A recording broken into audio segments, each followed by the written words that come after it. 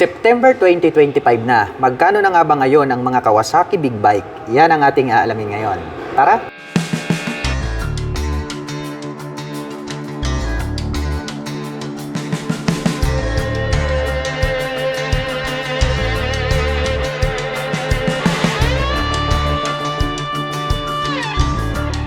Ito po ang Kawasaki ZH2 top of the line sports naked bike. Napakabangis po pala nito pong kanyang headlight design. Matulis po ito pong kanyang front face cover na parang nagkaroon ng pangil dito sa bandang harapan. Mayroon naman pong Kawasaki logo dito sa bandang gitna at mayroon naman po itong maliit na visor. At dito naman po located dito pong kanyang mga turn signals na LED. At ito po pala ay equipped with inverted telescopic fork para po rito sa kanyang front suspension. At ito po ay equipped with ABS or anti-lock braking system. Gumagamit po ito ng dual rotor disc brake with 2-pot caliper na Brembo. At glossy black naman po ang kulay nito pong kanyang cast wheel. At ang size naman po ng kanyang gulong rito po sa harapan, ito po ay mayroong sukat na 120 by 70-17. Naka-fully digital meter panel display, naka-mechanical key ang ignition, equipped na po yan ng immobilizer. At mayroon naman po itong 19 liters na fuel tank capacity. At bukod dyan, ang kagandahan po nito ay mayroon na po siyang cruise control. At ito po ay naka-naked handlebar. At mayroon naman po itong 6-speed manual transmission. Equipped na rin po ito ng assist and slipper clutch at mayroon na rin po siyang quick shifter. Ang astig din po nito pong kanyang upuan. Black color naman po ito pong kanyang seat cover at mayroon naman po siyang belt dito sa gitna. At ang Kawasaki ZH2 ay mayroon pong 998 cubic centimeter engine displacement. Naka 4-stroke, inline 4, dual overhead cam, liquid cooled. At nakakapag-provide naman po ito ng maximum power na 200 HP at 11,000 RPM. Habang nakakapagbigay naman po ito ng maximum torque na 137 Nm at 8,500 RPM. Unique naman po ang pagkakadesign nitong kanyang taillight. Naka-pop up naman po ito pong kanyang mga LED na turn signals. At ito po pala ay gumagamit ng single rotor disc brake with single pot caliper na Nissin brand. Glossy black naman po ang kulay nito pong kanyang cast wheel. At ang sukat naman po ng kanyang gulong rito po sa likuran, ito po ay mayroong sukat na 190 by 55-17. At mayroon naman po itong mapormang exhaust pipe at gumagamit po pala ito ng monoshock absorber para po dito sa kanyang rear suspension at ito po ay adjustable. At ang presyo naman po ng Kawasaki ZH2 ay nagkakahalaga po ito ng 923,500 pesos. At kung balak mo naman pong kumuha ng hulugan ay kailangan mo lang pong mag-down payment ng 336,767 pesos. Vulcan Custom 900. Napakalupit at napakabangis talaga nitong cruiser bike na to dahil kahit saan anggulo mo tignan ay talagang napakapogi ng kanyang dating. Mayroon po itong rounded shape na headlight, bulb type po yung kanyang ginagamit para po sa kanyang high beam and low beam. At bilugan naman po ito pong kanyang mga bulb type na turn signals. At ito po ay gumagamit ng traditional telescopic fork na glossy black color. Habang equipped naman po ito ng monoshock absorber dito sa likuran. At napakaporma po nito pong kanyang kalesa type na cast wheel. At ito po pala ay gumagamit ng single rotor disc brake with 2-pot caliper dito sa harapan. Habang naka-single disc brake with 2-pot caliper dito sa likuran. At mayroon po itong 20 liters na fuel tank capacity. Ang astig din po ng dating nito pong kanyang naked handlebar. At may sukat po na 80 by 90-21 dito sa harapan. Habang mayroon naman pong sukat na 180 by 70-15 dito sa likuran. Ang lapad po at ang forma ng pagkakadisenyo nito pong kanyang upuan. Combination naman po ng black at gray, ito pong kanyang seat cover. At ang kanya naman pong mga button selectors, mayroon po itong passing light, turn signal selectors at ang kanyang horn.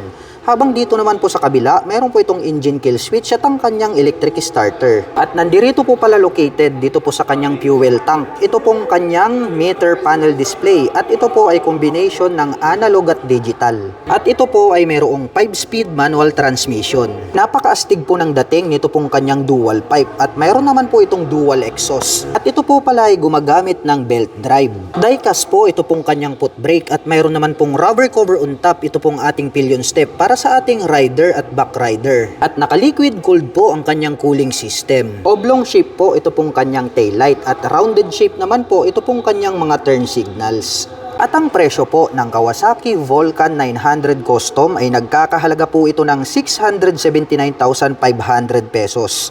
At kung gusto mo naman pong kumuha ng hulugan ay kailangan mo pong mag-down payment ng 246,183 pesos. At mayroon naman po itong 19,823 pesos sa loob po yan ng 3 taon. Ito po ang pinakabagong Kawasaki Z1000R 2025 version. Napakabangis po pala nito pong kanyang headlight design dahil gumagamit po ito ng 4 na projector lights para po dito sa kanyang high beam and low beam.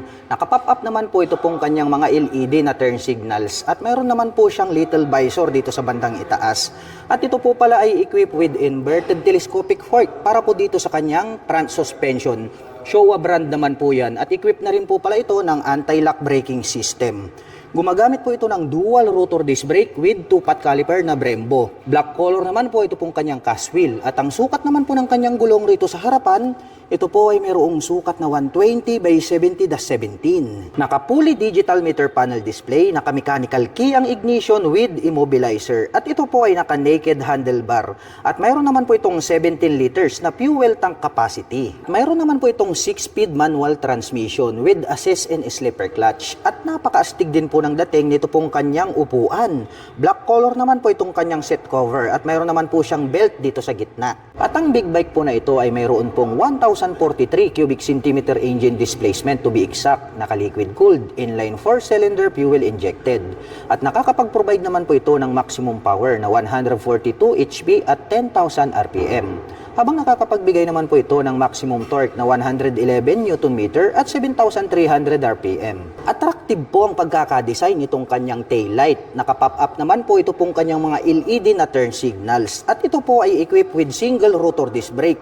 Black color naman po ito pong kanyang cast wheel. At ang sukat naman po nito pong kanyang gulong rito sa likuran, ito po ay mayroong sukat na 190 by 50-17. At mayroon naman po itong dual exhaust dito sa kanan. Mayroon din po itong dual exhaust dito sa kaliwa. At gumagamit naman po ito ng monoshock absorber para po dito sa kanyang rear suspension. At ang presyo po ng Kawasaki Z1000R ay nagkakahalaga po ito ng 725,500 pesos. At kung balak mo naman pong kumuha ng hulugan ay kailangan mo lang pong mag-down payment ng 266,951 pesos. Ito po ang pinakabagong Kawasaki Versys 650 2025 version na po ito. Napakabangis po pala talaga nito pong kanyang headlight design. Nagkaroon pa pala siya rito ng windlet at mga pangil. Kaya talagang mas malupit yung kanyang dating. Nakapop up naman po ito pong kanyang mga turn signals. LED na po lahat ng kanyang ginagamit para po dito sa kanyang lighting system. Gumagamit naman po ito ng inverted telescopic fork, naka-dual rotor disc brake dito sa harapan, along with 2-pot caliper na Nissin brand. At ito po ay naka-cast wheel na black color. At ang sukat naman po ng kanyang gulong rito po sa harapan, ito po ay mayroong sukat na 120 by 70-17. Naka-fully digital meter panel display, meron po itong 2-button selector dito sa bandang ibaba. At gumagamit naman po ito ng mechanical key dito po sa kanyang ignition. At ito po ay naka-naked handlebar. Papunta naman po tayo rito sa kanyang mga button selectors. Meron po tayo ritong passing light, high beam and low beam, turn signal selector, horn at ang kanyang hazard. At meron pa tayo ritong additional na button selector. Habang dito naman po sa kabila, meron po tayo ritong engine kill switch at electric starter. At ito naman pong kanyang mga brake levers is chrome color at ang kagandahan po niyan, ito po ay adjustable. At ito pong kanyang fuel tank is napaka-flawless ng kanyang dating, glossy black color. At ito naman po ay mayroong fuel tank capacity na 21 liters. Ito po palang Kawasaki Versys ay meron po itong 649 cubic centimeter engine displacement. Naka-parallel twin, dual overhead cam, 4-stroke with 4 valve per cylinder. At nakakapag-provide naman po ito ng maximum power na 69.3 HP at 8,500 RPM. Habang nakakapagbigay naman po ito ng maximum torque na 61 Nm at 7,000 RPM. At mayroon naman po itong 6-speed manual transmission. At ito naman pong kanyang upuan is matte black color po siya. Dumako naman po tayo rito sa bandang likuran. Silipin natin ito pong kanyang taillight. Wow! Very aggressive din, no, yung pagkaka-design nitong kanyang taillight. LED na po yan at naka-pop up naman po ito pong kanyang mga turn signals. Naka-single rotor disc brake with single pot caliper na Nissin brand. At ang sukat naman po ng kanyang gulong rito sa likuran, ito po ay mayroong sukat na 160 by 60-17. At pagdating naman po dito po sa kanyang rear suspension, ito po pala ay equipped with single-sided monoshock absorber. Yung coil spring na ginamit is glossy black at makikita natin na mayroon ata ritong canister. So ibig sabihin ito po ay adjustable. At ito pong kanyang exhaust pipe, grabe no, almost hide, talagang napaka-porma nito pong kanyang exhaust pipe. Stainless steel po yan at mayroon po itong single exhaust. At matte black color naman po ito pong kanyang die-cast na swing arm. At ang presyo po ng pinakabagong Kawasaki Versys 650 2025 version ay nagkakahalaga po ito ng 512,500 pesos. At kung balak mo naman pong kumuha ng hulugan ay kailangan mo lang pong mag-down payment dito ng 189,239 pesos. At mayroon naman po itong 15,173 pesos sa loob po yan ng 3 taon. Ito po ang Kawasaki Ninja ZX4RR 2025 version na po ito. Grabe, napakabangis po nito pong kanyang headlight design. Mayroon naman po itong clear na windshield at dito po nakaposisyon sa bandang harapan ito pong kanyang mga side mirrors. At nandirito naman po sa bandang ibaba ito pong kanyang mga turn signals at ito po ay equipped with inverted telescopic fork para naman po rito sa kanyang front suspension. Gumagamit po ito ng dual rotor disc brake with 2-pot caliper. Glossy black naman po ito pong kanyang cast wheel. At ang sukat naman po ng kanyang gulong rito po sa harapan, ito po ay mayroong sukat na 120 by 70-17. Naka-fully digital meter panel display, naka-mechanical key ang ignition with immobilizer. At ito po ay naka-naked handlebar. At mayroon naman po itong 15 liters na fuel tank capacity. At ito naman po ay mayroong 6-speed manual transmission. Equipped na po ito ng assist slipper clutch at mayroon na din po siyang quick shifter. Ang angas naman po nito pong kanyang upuan. Black color naman po ito pong kanyang seat cover. At ang big bike po na ito ay mayroon pong 401 cubic centimeter engine displacement, naka-liquid cooled, 4-stroke, inline 4. At nakakapag-provide naman po ito ng maximum power na 76.43 HP at 14,000 RPM. Habang nakakapagbigay naman po ito ng maximum torque na 39.6 Nm at 13,200 RPM. Triangle shape naman po ito pong kanyang taillight at naka-pop up naman po ito pong kanyang mga LED na turn signals. At ito po pala ay gumagamit ng single rotor disc brake with single pot caliper. Glossy black naman po ito pong kanyang cast wheel. At ang sukat naman po ng kanyang gulong rito po sa likuran, ito po ay mayroong sukat na 160 by 60-17. At mayroon naman po itong single exhaust na stainless steel. At ito po ay equipped with monoshock absorber para naman po rito sa kanyang rear suspension. At ang kagandahan po nito, ito po ay adjustable. At ang presyo naman po ng Kawasaki Ninja ZX4RR 2025 version ay nagkakahalaga po ito ng 502,500 pesos. At kung balak mo naman pong kumuha ng hulugan, ay kailangan mo lang pong mag-down payment ng 185,649 pesos. Ito po ang pinakabagong Kawasaki KLR 650. Isa po itong adventure touring bike. 2025 version po ito. Napakaangas po nito pong kanyang headlight design. Bilugan naman po ito pong kanyang mga turn signals na located dito sa bandang itaas. At mayroon daw po itong clear na windshield. Hindi nga lang po naka-installed sa ngayon. At ang kagandahan niyan, mayroon na rin po pala itong integrated na Kawasaki lights straight out from casa. At napakahaba naman po nito pong kanyang front fender. At ito po pala ay equipped na po ng anti-lock braking system. Gumagamit naman po ito ng traditional telescopic fork black color para po dito sa kanyang front suspension. Meron po siya ritong rubber boots at equipped naman po ito ng single rotor disc brake with 2-pot caliper. At ito po ay naka-spokes rim set. Ito pong kanyang rim is black color. At ang sukat naman po ng kanyang gulong rito po sa harapan ay may sukat na 90 by 90-21. At ito po ay naka-dual purpose pattern tires dahil nga po ito ay isang adventure touring bike. Naka-fully digital meter panel display, naka-mechanical key ang ignition at ito po ay naka-naked handlebar. At bukod dyan, ang kagandahan po nito ay meron na po siyang USB power outlet dito sa kanan at mayroon naman po siyang USB charging port dito po sa kaliwa. At mayroon naman po itong 6.1 gallon na fuel tank capacity. Mayroon po itong 5-speed manual transmission at ang lapad po pala nitong kanyang upuan, At black color naman po ang kanyang seat cover. At mayroon na rin po pala itong engine guard at crash guard. At mayroon na din po itong hand guard. At ang kagandahan po nito pong kanilang pinakabagong Kawasaki KLR 650 2025 model ay naka-fully set up na po pala ito dahil mayroon na po siyang built-in na side box. Kawasaki po yan, combination po ng black at silver color. At mayroon na din po siyang built-in na rear carrier. Top box na lang po ang kulang. At ang adventure bike po na ito ay mayroon pong 652 cubic centimeter engine displacement. Naka 4-stroke single cylinder dual overhead cam. May bore and stroke na 100 by 83 mm at mayroon naman po itong compression ratio na 9.8 by 1. At pagdating naman po sa kanyang maximum torque at maximum power ay wala pa po tayong full detailed information dahil nga po bagong-bago pa lamang po ito pong adventure bike na ito. At ang seat height po ng motor na ito ay may taas na 34.3 inches, may ground clearance na 8.3 inches, at mayroon naman po itong bigat na may kabuuang 487.1 lb.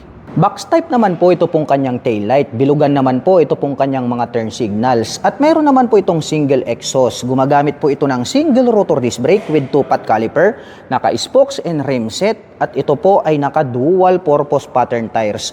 At ang sukat naman po ng kanyang gulong rito sa likuran, ito po ay mayroong sukat na 130 by 80/17. At gumagamit naman po ito ng monoshock absorber para po dito sa kanyang rear suspension. At ang presyo po ng pinakabagong Kawasaki KLR 650 2025 version ay nagkakahalaga po ito ng 453,400 pesos. At kung balak mo naman pong kumuha ng hulugan, ay kailangan mo lang pong mag-down payment ng 168,025 pesos. Ito po ang Kawasaki Ninja ZX6R 2025 version. Mayroon po itong napakabangis na headlight design. Matutulis naman po ito pong kanyang front face cover. At mayroon naman po itong clear na windshield. At dito naman po located itong kanyang mga side mirror sa bandang harapan dahil nga ito po ay isang sports racing bike. At dito naman po sa bandang ibaba, dito po located itong kanyang turn signals. At gumagamit naman po ito ng inverted telescopic fork para po dito sa kanyang front suspension. Showa brand po iyan. At mayroon naman po itong dual rotor disc brake with 2-pot caliper na Nissin brand. Glossy black naman po ito pong kanyang cast wheel. At ang sukat naman po ng kanyang gulong rito sa harapan ay meron po itong sukat na 120 by 70/17. Naka-fully digital meter panel display, naka-mechanical key ang ignition with immobilizer. At adjustable po pala ito pong kanyang front suspension na Showa brand.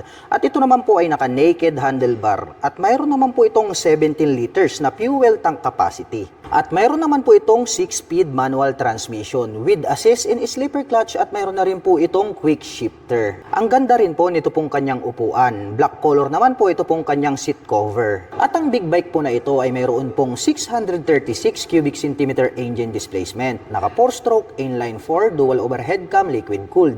At nakakapag-provide naman po ito ng maximum power na 122.3 HP at 13,000 RPM. Habang nakakapagbigay naman po ito ng maximum torque na 68 Nm at 11,000 RPM. Triangle shape naman po ito pong kanyang taillight. Naka-pop up naman po ito pong kanyang mga LED na turn signals. At ito po ay equipped with single rotor disc brake with single pot caliper na Nissin brand. Glossy black naman po ang kulay nito pong kanyang cast wheel. At ang size naman po ng kanyang gulong rito po sa likuran, ito po ay may sukat na 180 by 55/17. At mayroon naman po itong single exhaust. At pagdating naman po rito po sa kanyang rear suspension, ito po ay gumagamit ng monoshock absorber with canister at yan po ay adjustable. Diecast naman po na napakatik ito pong kanyang swing arm. At ang presyo po ng Kawasaki Ninja ZX6R 2025 version ay nagkakahalaga po ito ng 710,500 pesos. At kung balak mo naman pong kumuha ng hulugan ay kailangan mo lang pong mag-down payment ng 260,310 pesos. Ito po ang Kawasaki Z650 RS. Napakaburusko po ng classic big bike na ito. Mayroon naman po itong rounded shape na headlight design. Naka-pop up naman po ito pong kanyang mga turn signals at LED na po lahat ng kanyang ginagamit para po sa kanyang lighting system. At equipped naman po ito ng traditional telescopic fork para po dito sa kanyang front suspension. At mayroon naman po itong dual rotor disc brake with 2-pot caliper na Nissin brand. Glossy black naman po ang kulay dito pong kanyang cast wheel. At ang size naman po ng kanyang gulong rito po sa harapan, ito po ay mayroong sukat na 120 by 70/17. Combination po pala ng digital at analog ito pong kanyang meter panel display. Naka-mechanical key ang ignition at ito po ay naka-naked handlebar. At mayroon naman po itong 12 liters na fuel tank capacity. Mayroon naman po itong 6-speed manual transmission at retro style naman po ito pong kanyang upuan. Combination po pala ito ng gray at black. Ito pong kanyang seat cover. At ang classic big bike po na ito ay mayroon pong 649 cubic centimeter engine displacement. Naka 4-stroke, 2-cylinder, dual overhead cam, liquid cooled. At nakakapag-provide naman po ito ng maximum power na 67 HP at 8,000 RPM. Habang nakakapagbigay naman po ito ng maximum torque na 65 Nm at 6,700 RPM. Bilugan naman po ito pong kanyang tail light at nakapop up naman po ito pong kanyang mga turn signals, LED na po yan.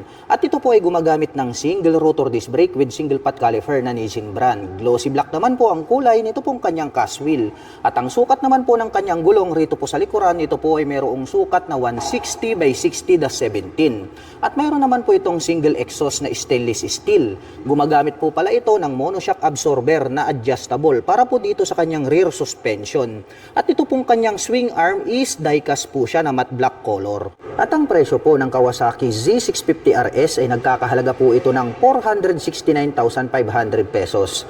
At kung balak mo naman pong kumuha ng hulugan ay kailangan mo lang pong mag-down payment ng 175,060 pesos. Ito po ang Kawasaki Z500 SE 2025 version. Mayroon po itong napakalupit na headlight design. Mayroon naman po itong glossy black na visor. Dito naman po located sa bandang itaas, ito pong kanyang mga LED na turn signals. At ito po pala ay equipped with traditional telescopic fork para po dito sa kanyang front suspension. At ito po ay gumagamit ng single rotor disc brake with 2-pot caliper na Nissin brand. At green color naman po ito pong kanyang cast wheel. At may sukat naman po ang kanyang gulong rito sa harapan na 110 by 70-17. Naka-fully digital meter panel display, naka-mechanical key ang ignition at ito po ay naka-naked handlebar. At mayroon naman po itong 14 liters na fuel tank capacity. Sporty looks naman po ang dating nito pong kanyang upuan. Black color naman po ito pong kanyang seat cover. At mayroon naman po itong 6-speed manual transmission with assist and slipper clutch. At ang big bike naman po na ito ay mayroon pong 451 cubic centimeter engine displacement to be exact.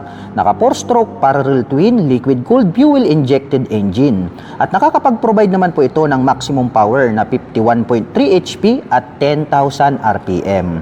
Habang nakakapagbigay naman po ito ng maximum torque na 42.6 Nm at 7,500 RPM. Pahaba naman po ang hugis nito pong kanyang tail light at nakapop up naman po ito pong kanyang mga turn signals. At ito po ay gumagamit ng single rotor disc brake with 2-pot caliper na Nissin brand. At green color naman po ito pong kanyang cast wheel. At ang sukat naman po ng kanyang gulong rito sa likuran, ito po ay mayroong sukat na 150 by 60-17. Meron po itong single exhaust at naka monoshock absorber naman po ang kanyang rear suspension. At ang presyo naman po ng Kawasaki Z500 SE 2025 version ay nagkakahalaga po ito ng 359,100 pesos. At kung balak mo naman pong kumuha ng hulugan ay kailangan mo lang pong mag-down payment ng 134,176 pesos. Ito po ang Kawasaki Z900 standard version. Mayroon po itong napakaangas na headlight design. Dito naman po sa bandang itaas located, ito pong kanyang mga LED na turn signals. Mayroon din po itong maliit na visor at mayroon po pala itong split na daytime running light dito sa magkabila. At ito po ay equipped with inverted telescopic fork para po dito sa kanyang front suspension. At ito po ay gumagamit ng dual rotor disc brake na naka-flower design with 2-pot caliper na Nissin brand. At glossy black naman po ito pong kanyang cast wheel. At ang sukat naman po ng kanyang gulong rito po sa harapan, ito po ay mayroong sukat na 120 by 70-17. Naka-fully digital meter panel display, naka-mechanical key ang ignition with immobilizer. At ito po ay naka-naked handlebar. At mayroon naman po itong 17 liters na fuel tank capacity. Napaka-forma din po nito pong kanyang upuan. Matte black color naman po ito pong kanyang seat cover. At mayroon naman po itong 6-speed manual transmission with assist and slipper clutch. At ang motor po na ito ay mayroon pong 948 cubic centimeter engine displacement. Naka-liquid cooled, inline 4-cylinder dual overhead cam fuel injection. At nakakapag-provide naman po ito ng maximum power na 123.64 HP at 9,500 RPM. habang nakakapagbigay naman po ito ng maximum torque na 98.6 Nm at 7,700 RPM. Unique din po ang pagkakadesign nito pong kanyang taillight at dito naman po located itong kanyang mga turn signals. At ito po pala ay equipped with single rotor disc brake na flower design with single pot caliper na Nissin brand. At ito pong kanyang cast wheel is glossy black color. At ang sukat naman po ng kanyang gulong rito sa likuran, ito po ay mayroong 180 by 55 na 17. At mayroon naman po itong single exhaust at gumagamit naman po ito ng monoshock absorber para po dito sa kanyang rear suspension. At ang kagandahan po niyan, ito po ay adjustable. At ang presyo naman po ng Kawasaki Z900 standard version ay nagkakahalaga po ito ng 570,000 pesos. At kung balak mo naman pong kumuha ng hulugan ay kailangan mo lang pong mag-down payment ng 209,519 pesos.